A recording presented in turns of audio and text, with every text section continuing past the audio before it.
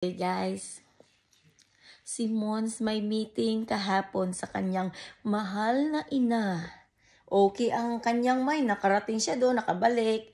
Nung isang araw sa kanyang lovely sister, nakapunta doon, nakabalik. Today guys, he is not feeling well. He is feel bad. He is crazy again. Wow! Sana all.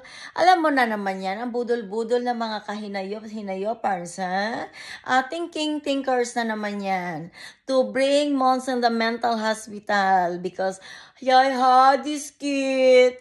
Jag följer dåligt nu, jag har diskit. Kan du ringa Lane? Jag kan inte klassen. Oh yeah. I remember since in the beginning until now, he is like that. And always have problems and ayun. And until now, I need to taking care of jag har diskit. Jag kan inte klassen nu.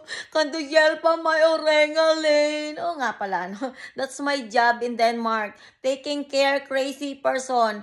Hoy, Elsa! Wake up, Elsa! If you're there! I thought that you want to taking care of your brother Louie. Taking care of him, Elsa. Honestly, I don't have any responsibility to your brother Louie. You need to do is instead of making meeting all the time and teach him to be a crazy moment in life. So I will stay to his side. Hoy, Elsa, I have a life.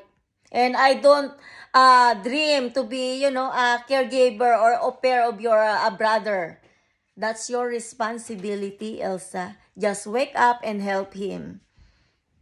Okay? Don't teach him like, I know, Elsa, why he been out yesterday. He put something, you need to act like this, Mons. You need to be crazy, baby. Yun. Bye, Elsa. Have a nice day.